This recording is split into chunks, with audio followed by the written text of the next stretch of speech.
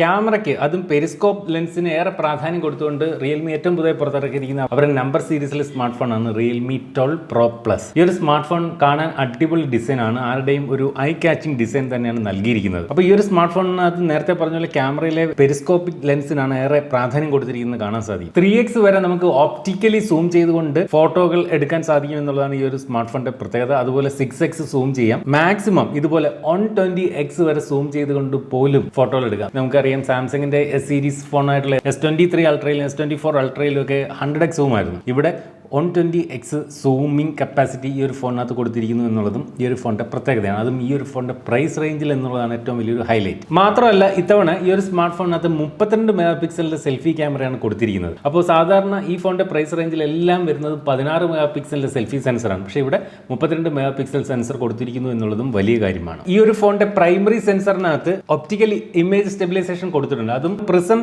Tilt optical image stabilization എന്ന ആ ഒരു OIS സംവിധാനമാണ് ഈ ഒരു ഫോണിനകത്ത് കൊടുത്തിരിക്കുന്നത്. അപ്പോൾ അതുകൊണ്ട് തന്നെ വളരെ സ്റ്റേബിൾ ആയിട്ടുള്ള വീഡിയോകൾ നമുക്ക് ഷൂട്ട് ചെയ്യാം. അതുപോലെ ഫോട്ടോകൾ എടുക്കുമ്പോൾ കൈ ഒരു അല്പം ഒന്ന് കുലുങ്ങിയാലോ ഒന്നും ഷേക്ക് ഇല്ലാത്ത ഫോട്ടോകൾ എടുക്കാൻ സാധിക്കും. അങ്ങനെയൊക്കെയുള്ളൊരു ഗുണങ്ങൾ നമുക്ക് ഈ ഒരു OIS നമുക്ക് സമ്മാനിക്കുന്നുണ്ട്. ഫോണിന്റെ ക്യാമറ സെറ്റപ്പ് നോക്കിക്കഴിഞ്ഞാൽ ബാക്കിൽ മൊത്തത്തിൽ 3 ക്യാമറകളാണ്. അതിനകത്ത് 64 മെഗാ പിക്സലിന്റെ പെരിസ്കോപ്പ് സെൻസർ കൊടുത്തിരിക്കുന്നു എന്നുള്ളതാണ് ഈ ഒരു ഫോണിന്റെ ഏറ്റവും വലിയൊരു ഹൈലൈറ്റ്. അത് കഴിഞ്ഞാൽ 50 മെഗാ പിക്സലിന്റെ ഒരു പ്രൈമറി സെൻസർ, അതും സോണി IMX890 എന്ന് പറയുന്ന സെൻസറാണ് ഈ ഒരു പ്രൈമറി സെൻസറായിട്ട് ഈ ഒരു ഫോണിനകത്ത് കൊടുത്തിരിക്കുന്നത്. മൂന്നാമത്തെ സെൻസറായിട്ട് 8 മെഗാ പിക്സലിന്റെ ഒരു അൾട്രാ വൈഡ് ആംഗിൾ ക്യാമറയും കൊടുത്തിട്ടുണ്ട്. അപ്പോൾ ക്യാമറ ഇന്റർഫേസിലേക്ക് വന്നു കഴിഞ്ഞാൽ നമുക്ക് ഇതുപോലെ 0.6x എന്ന് പറയുന്ന wide angle 1x 2x 3x 6x ഇത്രയും നമുക്ക് സൂം ചെയ്തെടുക്കാം. പിന്നെയും പിൻ ചെയ്ത് സൂം ചെയ്താൽ നേരത്തെ കണ്ടതുപോലെ 120x വരെ നമുക്ക് സൂം ചെയ്തെടുക്കാൻ സാധിക്കും. ഈ ഒരു ഫോണിന്റെ ക്യാമറ ആപ്പിലേക്ക് വരുമ്പോൾ നൈറ്റ്, സ്ട്രീറ്റ്, വീഡിയോഗ്രാഫി, അതുപോലെ ഫോട്ടോ, പോർട്രേറ്റ് ഫോട്ടോകൾ എടുക്കാനുള്ള ഓപ്ഷൻ, മോറിലേക്ക് വന്നു കഴിഞ്ഞാൽ ഏകദേശം ഇത്രയും ഫീച്ചറുകളും ഈ ഒരു ഫോണിന്റെ ക്യാമറ ആപ്പിൽ തന്നെ നൽകിയിട്ടുണ്ട്. കാര്യങ്ങൾ ഇങ്ങനെയൊക്കെ ആണെങ്കിൽ ഇതിന്റെ ക്യാമറ പെർഫോമൻസിനെ കുറിച്ച് പറഞ്ഞാൽ ഈ പറയുന്ന പോലെ 120x സൂം ഒക്കെ ചെയ്യാമെങ്കിലും അത്തരത്തിൽ 120x സൂം ചെയ്തെടുക്കുന്ന ഫോട്ടോകൾ നമുക്ക് യൂസ് ചെയ്യാനൊന്നും പറ്റില്ല. തീരെ ക്വാളിറ്റി ഇല്ലാത്ത രീതിയിലാണ് 120x സൂം ചെയ്ത് നമ്മൾ എടുക്കുന്ന ഫോട്ടോകൾ. മൊത്തത്തിൽ ഇതിന്റെ ഒരു ക്യാമറ ക്വാളിറ്റി പറഞ്ഞാൽ ഈ പറഞ്ഞ ഇവരെ ഹൈലൈറ്റ് ചെയ്യപ്പെടുന്ന ആ പെരിസ്കോപ്പിക് ലെൻസ് ഉണ്ടല്ലോ, 3x പെരിസ്കോപ്പിക് ലെൻസ്, അതിലെടുക്കുന്ന ഫോട്ടോകൾ കൊള്ളാം. ബാക്കിയൊക്കെ ആവറേജ് ക്വാളിറ്റി മാത്രമേ നൽകുന്നുള്ളൂ. ഒരു ലക്ഷറി ലുക്ക് തന്നെയാണ് എന്തായാലും ഈ ഒരു സ്മാർട്ട് ഫോണിന്റെ ഡിസൈനിൽ റിയൽമി നൽകിയിരിക്കുന്നത് പറയാതെ പോയി. എസ്പെഷ്യലി ഈ ഒരു ക്യാമറ മൊഡ്യൂൾ നമ്മൾ റോളക്സ് വാച്ചിന്റെ ഒക്കെ ഡിസൈൻ ഇൻസ്പയർ ചെയ്തുകൊണ്ടാണ് തയ്യാറാക്കിയിരിക്കുന്നത്. റോളക്സ് വാച്ചൊക്കെ ഡിസൈൻ ചെയ്യുന്നവരുമായിട്ട് സഹകരിച്ചുകൊണ്ട് തന്നെയാണ് റിയൽമി അവരുടെ ഈ ഒരു ഫോൺ നിർമ്മിച്ചതെന്നാണ് അറിയപ്പെടുന്നത്. ഫോണിന്റെ ബാക്ക് സൈഡ് ഇത്തരത്തിൽ വീഗൻ ലെതർ ഫിനിഷ് കൊടുത്തിരിക്കുന്നു. ഈ പ്രൈസ് പോയിന്റിൽ റിയൽമി പോലുള്ള ചുരുക്കം ചില ബ്രാൻഡുകൾ മാത്രമേ ഇത്തരത്തിൽ വീഗൻ ലെതർ ഫിനിഷ് കൊടുക്കാറുള്ളൂ. അതുപോലെ ഇവിടെ ഒരു ഗോൾഡൻ മെറ്റാലിക് സ്ട്രിപ്പ് ഇതുപോലെ പോയിട്ടുണ്ട്. ക്യാമറ മൊഡ്യൂളിന് ചുറ്റുമുള്ളത് ഈ ഒരു ഭാഗം ഒരു ഗ്രിപ്പുള്ള ഒരു ഏരിയ ആണ്. അതൊക്കെ ഒരു പ്രീമിയം ലക്ഷറി ഫിനിഷ് തന്നെയാണ് എന്തായാലും ഈ ഒരു ഫോണിനകത്ത് സമ്മാനിക്കുന്നത് എന്നുള്ള കാര്യത്തിൽ സംശയമില്ല. ഫോണിന്റെ ബാക്ക് സൈഡിന്റെ ഈ സൈഡുകൾ ഇങ്ങനെ എഡ്ജസ് കർവാണ്, ഡിസ്പ്ലേ വന്നിട്ടും കർവാണ്. അതുകൊണ്ട് തന്നെ ഹോൾഡ് ചെയ്യാൻ നല്ല സുഖമുണ്ട്. ബോക്സി ഡിസൈൻ ഒന്നും അല്ല. അതുപോലെ ഫോണിന് ഈ രണ്ട് സൈഡും, അതായത് ഫ്രണ്ടും ബാക്കും ഇത്തരത്തിൽ കർവ് ചെയ്ത് വരുന്നതുകൊണ്ട് തന്നെയും ഫോൺ വളരെ തിന്നാണ്. കൃത്യമായിട്ട് പറഞ്ഞാൽ 8.75 മില്ലിമീറ്റർ മാത്രമാണ് ഇതിന്റെ ഒരു തിക്നെസ്. വെയിറ്റും കാര്യമായിട്ട് ഭയങ്കര വെയിറ്റ് ഒന്നുമില്ല, 196 ഗ്രാം ഭാരം മാത്രമേ ഉള്ളൂ. അതുപോലെ ഫോണിന്റെ മുകളിലേക്ക് നോക്കുമ്പോൾ സ്പീക്കർ ഗ്രില്ല്, അതുപോലെ സെക്കൻഡറി മൈക്രോഫോൺ, വല സൈഡിലാണ് വോളിയം റോക്കേഴ്സും പവർ ബട്ടണും, താഴെ USB Type-C ചാർജിംഗ് പോർട്ട്, അതുപോലെ microphone, speaker grill, sim tray എന്നിവ കാണാം. ഇട സൈഡിൽ കാര്യമായിട്ട് ഒന്നും തന്നെ ഈ ഒരു ഫോണിന്റെ സൈഡിൽ കൊടുത്തിട്ടില്ല. അപ്പോൾ ഈ ഒരു ഫ്രെയിം എന്ന് പറയുന്നത് പ്ലാസ്റ്റിക് ഫ്രെയിമാണ്, മെറ്റാലിക് ഫ്രെയിം ഒന്നും അല്ല. ഈ പ്രൈസ് പോയിന്റിൽ മെറ്റാലിക് ഫ്രെയിം കിട്ടാറുമില്ല. ഫോണിനകത്ത് ഇത്തരത്തിൽ നമുക്ക് ഡ്യുവൽ നാനോ സിം സ്ലോട്ട് ആണ് നൽകിയിരിക്കുന്നത്. അതായത് മെമ്മറി കാർഡ് എക്സ്പാൻഷൻ ഈ ഒരു ഫോണിനകത്തും ഇല്ല. അതുപോലെ 3.5mm ഓഡിയോ ജാക്ക് കണക്ട് ചെയ്യാനും സാധിക്കില്ല. എന്തായാലും ഡിസൈൻ വൈസ് അടിപൊളി ലുക്ക് തന്നെയാണ് ഈ ഒരു ഫോണിന് സമ്മാനിക്കുന്നത്. ഇവിടെ റിയൽമി എന്ന ബാഡ്ജിങ് നമുക്ക് കാണാം. ഡിസ്പ്ലേ നേരത്തെ പറഞ്ഞതുപോലെ കർവ്ഡ് ഡിസ്പ്ലേ ആയതുകൊണ്ട് തന്നെയും ഒരു മനോഹരമായിട്ടുള്ള വ്യൂയിങ് എക്സ്പീരിയൻസ് നമുക്ക് ലഭിക്കും.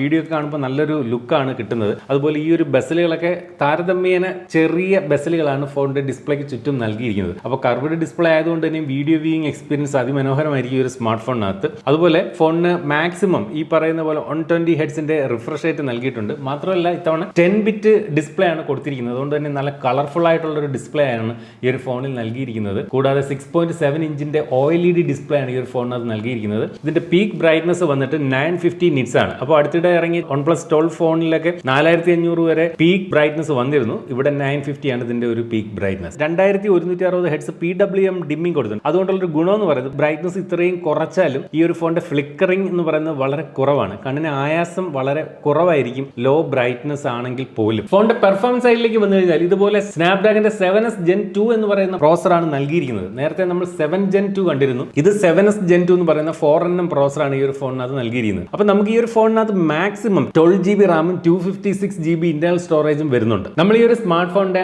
AnTuTu സ്കോർ ഇവിടെ ടെസ്റ്റ് ചെയ്തു. ഏകദേശം 6 ലക്ഷത്തിനടുത്താണ് ഇതിന്റെ ഒരു AnTuTu സ്കോർ.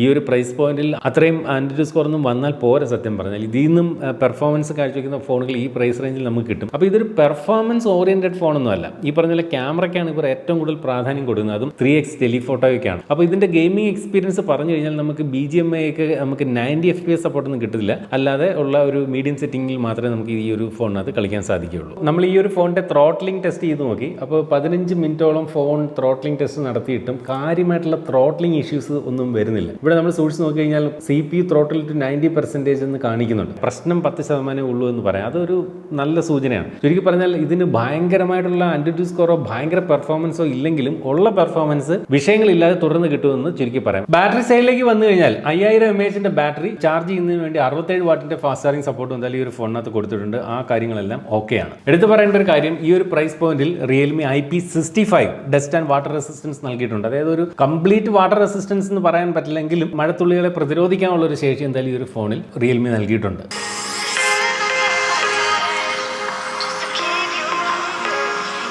അല്ല, അടിപൊളി ക്വാളിറ്റി കേട്ടോ. സാധാരണ റിയൽമി ഫോൺ പോലെയല്ല. സൗണ്ട് ക്വാളിറ്റിയെ പറ്റി പറയുമ്പോൾ മനസ്സിൽ റിയൽമിയുടെ തന്നെ റിയൽമി GT3 എന്ന സ്മാർട്ട് ഫോൺ ഓർമ്മ ശരിയാണെങ്കിൽ അതിൽ നിന്നുള്ള ഒരു സൗണ്ട് ക്വാളിറ്റി ഇപ്പോഴും ഞാൻ ഓർത്ത് നിൽക്കും. അപ്പോൾ ഏകദേശം അതിനോടൊക്കെ അടുത്ത് നിൽക്കുന്ന തരത്തിലുള്ള ഒരു മനോഹരമായിട്ടുള്ള സൗണ്ട് ക്വാളിറ്റി തന്നെയാണ് ഈ ഒരു ഫോണിനകത്തും റിയൽമി നൽകിയിരിക്കുന്നത്. അതിമനോഹരമായിട്ടുള്ള ഒരു സ്റ്റീരിയോ ക്വാളിറ്റി. കാരണം ഹൈറസ് ഓഡിയോ സപ്പോർട്ടും ഈ ഒരു ഫോണിന്റെ ഡിസ്പ്ലേയിൽ നൽകിയിട്ടുണ്ട്. അതുപോലെ ഈ ഒരു ഫോണിന്റെ വീഡിയോ വ്യൂയിങ് എക്സ്പീരിയൻസ് ഉണ്ടല്ലോ, ഈ പറഞ്ഞ പോലെ ബെസലൊക്കെ വളരെ കുറവായതുകൊണ്ട് തന്നെയും വളരെ മനോഹരമായിട്ടുള്ള ഒരു വീഡിയോ വ്യൂയിങ് എക്സ്പീരിയൻസ് ആണ്. OLED ഡിസ്പ്ലേ ആണ്. സെന്റർ പഞ്ച് ഹോൾ ആയിട്ടാണ് സെൽഫി ക്യാമറ കൊടുത്തിരിക്കുന്നത്. അതൊരു മീഡിയം സൈസ് ആണ് ആ ക്യാമറയ്ക്ക് നൽകിയിരിക്കുന്നത്. എന്തായാലും വീഡിയോ വ്യൂയിങ് എക്സ്പീരിയൻസ് നല്ലതാണ്. എസ്പെഷ്യലി ആ ഒരു വ്യൂയിങ് ആംഗിളൊന്നും വലിയ വിഷയങ്ങളൊന്നുമില്ല. നല്ല ക്വാളിറ്റി ഉള്ള ഒരു ഡിസ്പ്ലേ. ആ ഒരു 10-bit ഡിസ്പ്ലേ ഇവിടെ വന്നതോടുകൂടി നല്ല മനോഹരമായിട്ടുള്ള ഒരു വീഡിയോ വ്യൂയിങ് എക്സ്പീരിയൻസ് തന്നെ ഈ ഒരു സ്മാർട്ട് ഫോൺ സമ്മാനിക്കുന്നുണ്ട്. അടുത്തായിട്ട് ഇതിന്റെ ഒരു സോഫ്റ്റ്വെയർ സൈഡിലേക്ക് വന്നു കഴിഞ്ഞാൽ എല്ലായ്പ്പോഴത്തെയും പോലെ ഇത്തവണയും കുറെ ബ്ലോട്ട്വേഴ്സുകൾ ഈ ഒരു ഫോണിനകത്തുണ്ട്. അത് കഴിഞ്ഞ പ്രാവശ്യത്തെ റിയൽമി 11 സീരീസിലും ഒക്കെ നമ്മൾ പറഞ്ഞ ഒരു കുറ്റമുണ്ട്. റിയൽമിയുടെ ഫോണുകൾ ഈ പറഞ്ഞാൽ ഇപ്പോൾ അനാവശ്യമായ കുറെ ആപ്ലിക്കേഷൻസ് കുത്തി നിറച്ചാണ് വരുന്നത്. ഇവിടെ സ്പോട്ടിഫൈ, സ്നാപ്ചാറ്റ്,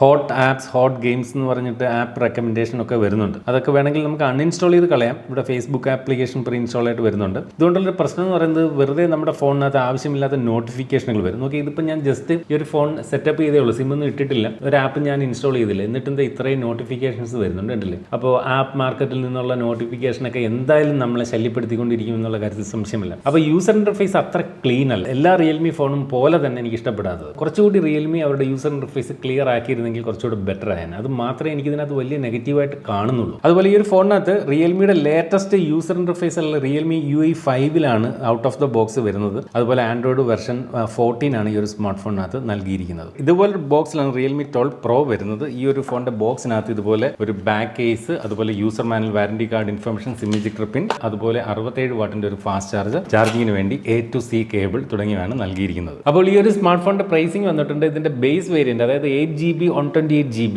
പ്രൈസ് സ്റ്റാർട്ട് ചെയ്യുന്നത് 29,999 വരെയാണ്. 30,000 രൂപയ്ക്ക് അകത്ത് എന്ന് വേണമെങ്കിൽ പറയാം. അപ്പോൾ ആ രീതിയിലാണ് ഈ ഒരു സ്മാർട്ട് ഫോണിന്റെ പ്രൈസ് വരുന്നത്. പെർഫോമൻസ് കുറച്ചുകൂടെ ബെറ്റർ ആയിരുന്നെങ്കിൽ എന്നൊരാഗ്രഹമുണ്ട്. ബാക്കി ക്യാമറ ഓക്കെയാണ്, കിടിലൻ ഡിസൈൻ ആണ്, നല്ല ഡിസ്പ്ലേ ആണ്, ബാറ്ററി ഓക്കെയാണ് എന്നാണ് എനിക്ക് ഇതിനകത്ത് പറയാനുള്ളത്.